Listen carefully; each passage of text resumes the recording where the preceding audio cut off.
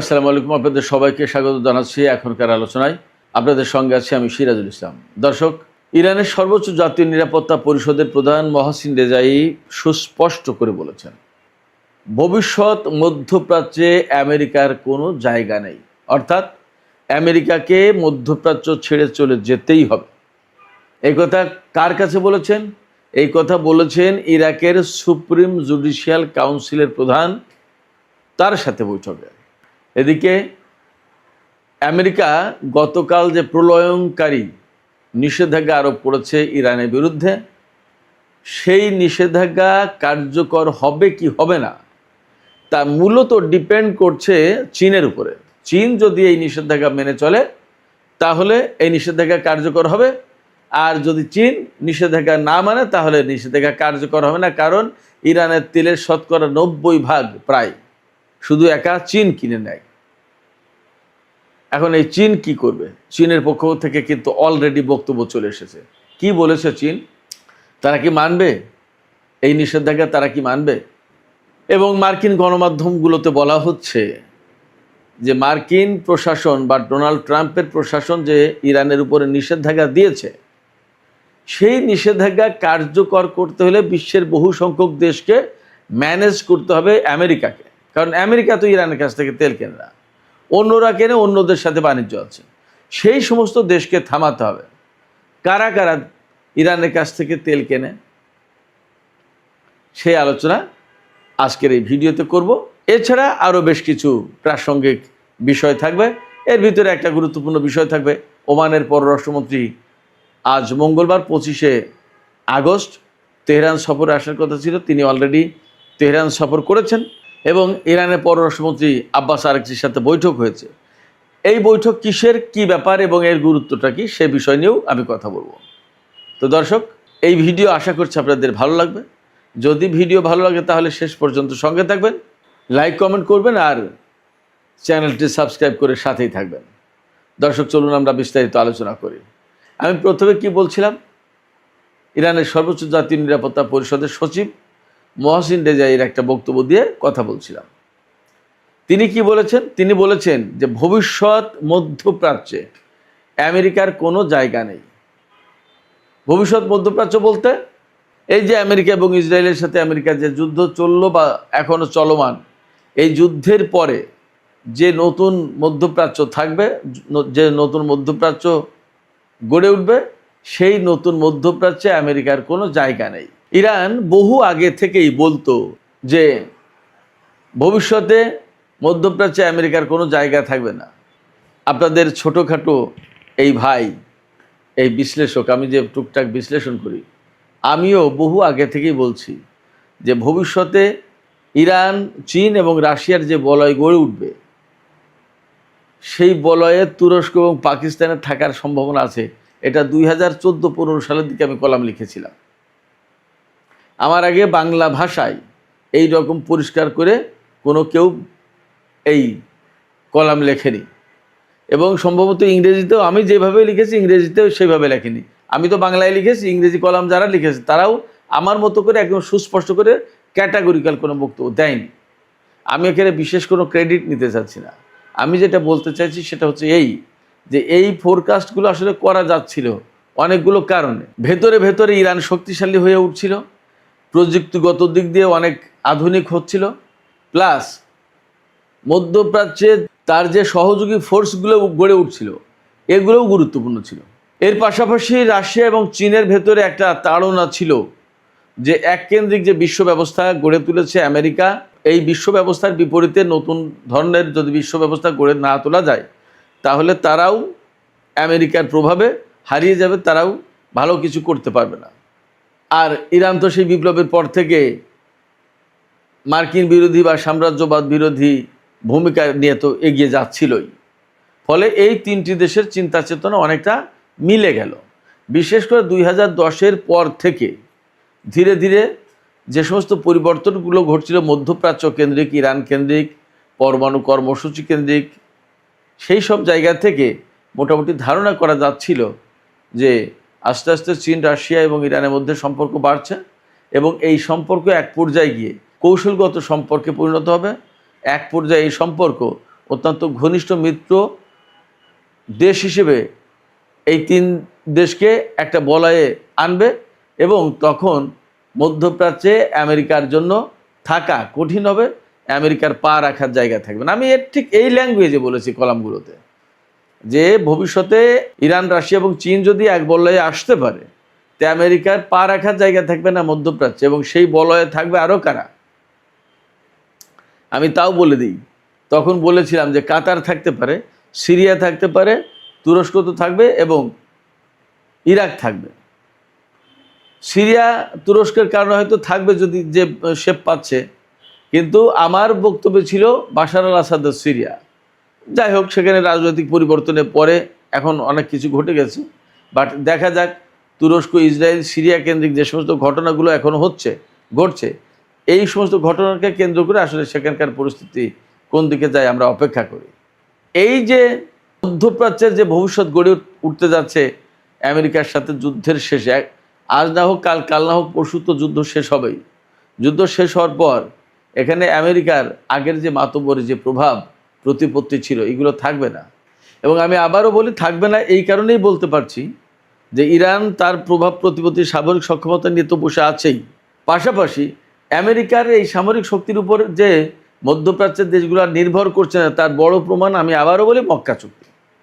মক্কা চুক্তির মানেই হচ্ছে যে আমেরিকা, তোমার আর দরকার নেই, তোমার নিরাপত্তা ব্যবস্থা আমাদেরকে সেভ করতে পারেনি, প্লিজ গো, তুমি এখান থেকে যাও, আমরা আমাদের মতো করে দেখি। এবং ইরানের কাছে যে আঞ্চলিক নিরাপত্তার ব্যাপারে আলোচনার প্রস্তাব দেওয়া হয়েছে তুরস্ক, পাকিস্তান এবং সৌদি আরবের পক্ষ থেকে, এই প্রস্তাব নিয়ে যখন আলোচনায় বসবে ইরান তাদের সাথে, তখন কিন্তু অনেক আলাপ আলোচনা হয়ে যাবে। তখন মধ্যপ্রাচ্যের নতুন একটা রূপ ধারণ করবে এই আলোচনাগুলো যদি ইতিবাচকভাবে এগিয়ে যায়। আর এই মক্কা চুক্তি, আমি আবারও বলি, মক্কা চুক্তি যেটা হয়েছে, এই মক্কা চুক্তি যদি ঠিক স্বাভাবিকভাবে সুন্দরভাবে এগিয়ে যায়, তাহলে এই মক্কা চুক্তিকে কেন্দ্র করে শুধু মধ্যপ্রাচ্যের ভূ রাজনীতির সমীকরণ না, দক্ষিণ পূর্ব এশিয়ার রাজনীতির সমীকরণ পাল্টে যাবে এবং তার সূত্র ধরে বিশ্বের অনেক কিছু পরিবর্তন হয়ে যাবে। এটা অনেক বড় ব্যাপার। তো এই সমস্ত যে বড় বড় পরিবর্তনগুলো ঘটবে, এই বড় বড় পরিবর্তনগুলো ঘটার পেছনে এই ইরানের সাথে আমেরিকা এবং ইসরায়েলের যুদ্ধ, এবং এখানে আমেরিকা আর ইসরায়েলের পরাজয়ের প্রশ্ন। তারা যদি চূড়ান্তভাবে পরাজিত হয়, তারা যদি এখান থেকে চলে যায়, অর্থাৎ আমেরিকা বিশেষ করে, তাহলে একদম সমস্ত সব কিছু পরিকল্পিত উপায়ে দ্রুত ঘটে যাবে। সেই জন্য মহসিন রেজাই বলছেন যে ভবিষ্যৎ মধ্যপ্রাচ্যে আমেরিকার কোনো স্থান নেই, সেখানে বরং ইরান আর ইরাক বিশেষ ঘনিষ্ঠ বন্ধু হবে, এবং এই দুটো শক্তি কিন্তু একটা গুরুত্বপূর্ণ ফ্যাক্টর হয়ে দাঁড়াবে। যেমন তুরস্ক, সৌদি আরব আর পাকিস্তান একটা ত্রিমুখী চুক্তি করলো, ইরাক, ইরান বা আরও কেউ মিলে কিন্তু এরকম চুক্তি করলেও করতে পারে, কিছু বলা যায় না। আর সবাই মিলে যদি মক্কা চুক্তিতে ঢুকে যায় এবং সেটা যদি কার্যকর শক্তিশালী জোট গঠন হয়, তাহলে সেটাই বরং বেশি ভালো হবে। দেখা যাক, আমরা অপেক্ষা করি কি করে তারা। এদিকে আমেরিকার পক্ষ থেকে গতকাল, অর্থাৎ বাংলাদেশ টাইম গতকাল সোমবার, যে প্রলয়ঙ্কারী নিষেধাজ্ঞা আরোপ করা হয়েছে ইরানের বিরুদ্ধে, আমেরিকা যেভাবে দাবি করছে, তাতে অনেকগুলো ব্যাপার এসে গেছে। মার্কিন অর্থমন্ত্রী স্কট বেসেন্ট তিনি বলেছেন, তিনি অনেকটা হুমকি দিয়ে বলেছেন যে এখন বিশ্বকে সিদ্ধান্ত নিতে হবে যে তারাই আমেরিকার পক্ষে নাকি ইরানের পক্ষে, অর্থাৎ হয় আমেরিকাকে বেছে নাও, না হয় ইরানকে বেছে নাও। তার মানে এখন আমেরিকার সামনে একমাত্র প্রধান শক্তি হচ্ছে বা প্রধান প্রতিদ্বন্দ্বী হচ্ছে ইরান। আপনারা কৌশলগত বিষয়টা বুঝতে পারছেন, খেয়াল করছেন কোথায় গেছে? আমেরিকার সামনে এই মুহূর্তে মূল প্রতিদ্বন্দ্বী ইরান। তোমরা হয় ইরানের পক্ষে, নইলে আমার পক্ষে। এই জায়গাটাই কে কী ভাববে, কে কী করবে। একটা সময় এটা নিয়ে খুব বিব্রত হওয়ার একটা ব্যাপার ছিল, কিন্তু এখন চীন কোনো বিব্রত বোধ করছে না। চীনের পররাষ্ট্র মন্ত্রণালয়ের মুখপাত্র লিন জিয়ান আজকে একদম সুস্পষ্ট করে বলেছে যে আমেরিকা এইভাবে হুমকি ধমকি দিতে পারে না। আমেরিকা এককভাবে, একতরফাভাবে কোনো দেশের উপর নিষেধাজ্ঞা আরোপ করতে পারে না, এটা জাতিসংঘ বা আন্তর্জাতিক আইনের খেলাপ। ফলে চীন আমেরিকার এই নিষেধাজ্ঞা মেনে চলতে বাধ্য নয়। তিনি একদম সুস্পষ্ট করে বলেছেন, চীন তার জাতীয় স্বার্থ এবং তার নিরাপত্তা রক্ষার জন্য প্রয়োজনীয় যে পদক্ষেপ নিতে হয় তাই নেওয়া হবে। তার মানে চীন আমেরিকার এই নিষেধাজ্ঞা মানবে না, একদম সাফ গল্প। এখন এই রকম জায়গা থেকেই আমেরিকার গণমাধ্যমগুলো বলছে যে ডোনাল্ড ট্রাম্পের এই নিষেধাজ্ঞা কার্যকর হবে তখনই যখন বিশ্বের অন্যান্য দেশ সহযোগিতা করবে, কোঅপারেট করবে এবং এই নিষেধাজ্ঞা বাস্তবায়ন করার চেষ্টা করবে। তো এখন সেই জায়গায় প্রশ্ন আছে যে কোন কোন দেশ ইরানের কাছ থেকে মূলত তেল কেনে। তাতে একদম সবার আগে চীনের বিভিন্ন ফ্যাক্টরি, রিফাইনারি কোম্পানিগুলো ইরান থেকে প্রায় 80 থেকে 90% তেল কিনে নেয়। ইরানের কাছ থেকে এই তেল কিনে নেওয়ার ফলে যা হচ্ছে, ইরানে ম্যাক্সিমাম তেল তো বিক্রি হয়ে গেল। আরও তেল কেনে ইরানের কাছ থেকে ভারত যদিও 2019 সাল থেকে তেল কেনা বন্ধ করেছিল, কিন্তু এই 2026 সালে তারা ঠিকই ইরানের কাছ থেকে তেল কিনেছে। এরপরে শ্যাডো ফ্লিটের মাধ্যমে ইরান বিশেষ করে বিভিন্ন সময় তেল বিক্রি করে থাকে এবং এই শ্যাডো ফ্লিট থেকেও বিভিন্ন দেশ তেল কিনে থাকে। তার ভেতরে চীন প্রধানত তেল কিনে থাকে। চীনের শ্যানডং বন্দরের কাছে ওখানে জাহাজ ভিড়ায় শ্যাডো ফ্লিট, অর্থাৎ তাতে নাম পরিচয় থাকে না এই জাহাজ, এবং ওখান থেকে সরাসরি ডলার হয়তো হাতে হাতেই পেয়ে যায়, যার কারণে ইরানের এই ডলার পেতে ঝামেলা হয় না। যতদূর জানি বা বুঝি যে বিশ্বের বিভিন্ন দেশ, ওই এলাকার বেশ কয়েকটা দেশ ইরানের কাছ থেকে তেল কেনে, আর যদি নাও কেনে শুধু একা চীন কেনে সেটাই যথেষ্ট। ফলে ইরানের উপর যে নিষেধাজ্ঞা দিয়েছে এই নিষেধাজ্ঞা দিয়ে কোনোভাবেই ঠেকানো যাবে না। সুপ্রিয় দর্শক, আমি আজকের আলোচনার শেষের দিকে ওমানের পররাষ্ট্রমন্ত্রী বদর আল বুসাইদির তেহরান সফর সম্পর্কে একটু কথা বলি। বদর আল বুসাইদি আগেই ঘোষণা দিয়েছিলেন এবং আজকে তিনি ইরান সফর করেছেন। এরই মধ্যে ইরানের পররাষ্ট্রমন্ত্রী আব্বাস আরাকচির সাথে তিনি বৈঠক করেছেন। এই বৈঠকে কী নিয়ে আলাপ হয়েছে একদম পরিষ্কার পয়েন্ট টু পয়েন্ট না জানা গেলেও মূল আলোচনার বিষয়বস্তু ছিল হরমুজ প্রণালী। হরমুজ প্রণালী নিয়ে কী আলোচনা? হরমুজ প্রণালী নিয়ে আলোচনা এই সময় মূলত দুই রকমের। একরকম হচ্ছে যে হরমুজ প্রণালী ব্লকেট দিয়ে রেখেছে আমেরিকা, ইরানের কোনো জাহাজ ঢুকতেও পারবে না, বেরও হতে পারবে না। তাহলে ইরান এই নিষেধাজ্ঞা মানবে কিনা, এটা একটা প্রশ্ন। আর এই ব্লকেটের বিরুদ্ধে ইরান কি করবে সেটা একটা প্রশ্ন। আর একটা গুরুত্বপূর্ণ প্রশ্ন হচ্ছে যে হরমুজ প্রণালীতে ঢোকার এবং বের হওয়ার কয়েকটা রুট আছে, ইরানের কোল দিয়ে, মাঝখান দিয়ে এবং ওমান উপকূল দিয়ে। কারণ ওমান উপকূল দিয়ে যদি আমেরিকা ইসরায়েলের জাহাজ চলাচল করে আর ওমান যদি সেটা ঠেকাতে না পারে, তাহলে তো ইরান এবং ওমান মিললে বহুদিন ধরে যে পরিকল্পনা করছে সেই পরিকল্পনা বাস্তবায়ন করা সম্ভব না। তাহলে কি করা? সেই জায়গায় ইরানকে বৃহত্তর ভূমিকা পালন করতে দেবে কিনা ওমান, সেটা হয়তো আলাপ আলোচনায় আসতে পারে। এছাড়া হরমুজ প্রণালীতে আরও কিছু ব্যাপার আছে, যেমন হরমুজ প্রণালী দিয়ে যে সমস্ত জাহাজ চলাচল করবে তাদের কাছ থেকে টোল বা ফি আদায় করতে হবে, এটা ইরানের পরিকল্পনা। তাহলে সেই টোল বা ফি আদায় করা, ওমানের একটা সমর্থন, ওমানের যুক্ত থাকার প্রশ্ন আছে। তারা কিভাবে থাকবে, কিভাবে সহযোগিতা করবে, এটা একটা ব্যাপার। আবার আরেকটা ব্যাপার আছে যে এই যে টোল আদায় হবে সেই টোল ইরান কত পার্সেন্ট দেবে, ওমান কত পার্সেন্ট দেবে, এর অনেক কিছু ব্যাপার কিন্তু আছে।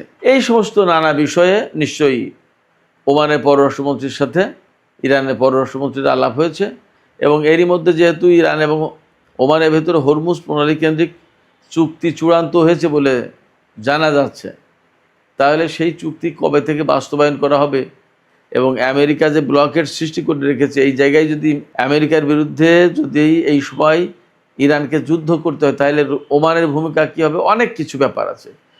এই সমস্ত বিষয় নিয়ে আলাপ আলোচনা করে একটা পর্যায়ে যাওয়ার চেষ্টা করছে দুই দেশ, এটা আমরা মোটামুটি বুঝতে পারছি। এখন এই দুই দেশের আলাপ আলোচনা কতটুকু সফল হলো এবং তারা কী ধরনের অবস্থান নিচ্ছে তার উপরে কিন্তু হরমুজ প্রণালীর অনেক কিছু নির্ভর করছে। হরমুজ প্রণালীর পরিস্থিতি, মধ্যপ্রাচ্যের সামগ্রিক পরিস্থিতি আসলে কি হতে যাচ্ছে তা হয়তো আগামী কিছুদিনের ভেতরেই পরিষ্কার হবে। আমরা ততক্ষণ পর্যন্ত অপেক্ষায় থাকি। সুপ্রিয় দর্শক, এখনকার আলোচনা এখানে শেষ করছি। আলোচনা শেষ করার আগে আপনাদের কাছে জানতে চাই, চীন ঘোষণা দিয়েছে সুস্পষ্টভাবে যে তারাই আমেরিকার নিষেধাজ্ঞা মানবে না।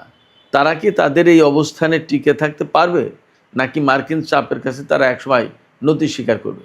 আর ইরান যে বলছে ভবিষ্যৎ মধ্যপ্রাচ্যে আমেরিকার জায়গা নেই, তার মানে মধ্যপ্রাচ্য থেকে আমেরিকাকে চলে যেতে হবে, তাড়িয়ে দেবে। ইরান কি আসলে এতটা চাপ সৃষ্টি করতে পারবে মার্কিন সেনাবাহিনীর উপরে, যার কারণে তারা মধ্যপ্রাচ্য থেকে চলে যেতে বাধ্য হবে? দর্শক, আপনাদের মতামত জানিয়ে কমেন্টে লিখবেন। আর ভিডিও ভালো লাগলে লাইক, কমেন্ট, শেয়ার করবেন এবং চ্যানেলটি সাবস্ক্রাইব করে সাথেই থাকবেন।